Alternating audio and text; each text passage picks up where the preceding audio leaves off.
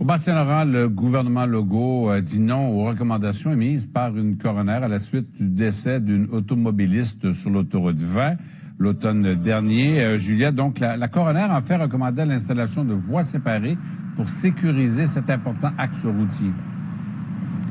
Oui, voilà, c'est ce qu'elle recommande dans son rapport qui a été rendu public au cours des dernières semaines et qui fait en effet suite à la mort tragique de cette jeune mère de famille, Ariane Dubé, 28 ans, là, qui a perdu la vie à la suite d'une collision qui s'est déroulée sur le tronçon entre Rimouski et Montjoly, donc sur l'autoroute 20.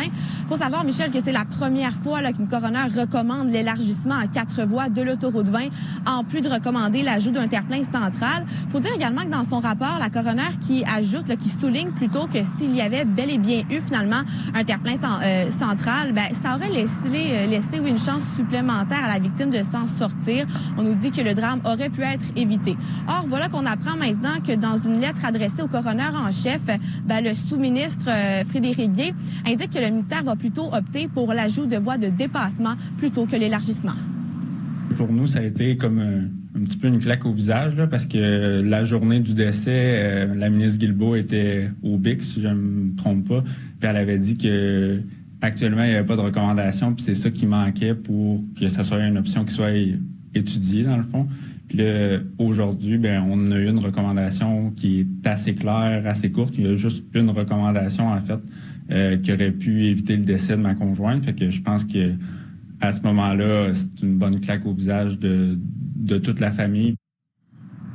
Donc, vous l'avez entendu, hein, c'est une décision de la part de Québec qui choque vraiment la famille d'Ariane Dubé, mais c'est également le cas pour des élus de l'Est du Québec. Je vous invite à entendre Pascal Bérubé, suivi de la ministre responsable de la région. Là où est arrivé le décès, c'était une voie de dépassement. C'est pas ça la solution de la coroner. C'est un terre-plein entre 2 voies d'un côté puis 2 voies de l'autre. C'est ça une autoroute. C'est pas autre chose que ça. Donc, à partir du moment où le gouvernement du Québec, de la CAQ, décide de passer à côté d'un enjeu aussi important pour notre région, moi, je me pose des questions sur le respect à l'égard des gens de chez nous. On a ma collègue Geneviève Guilbeault qui a déposé un plan d'action sur la sécurité routière.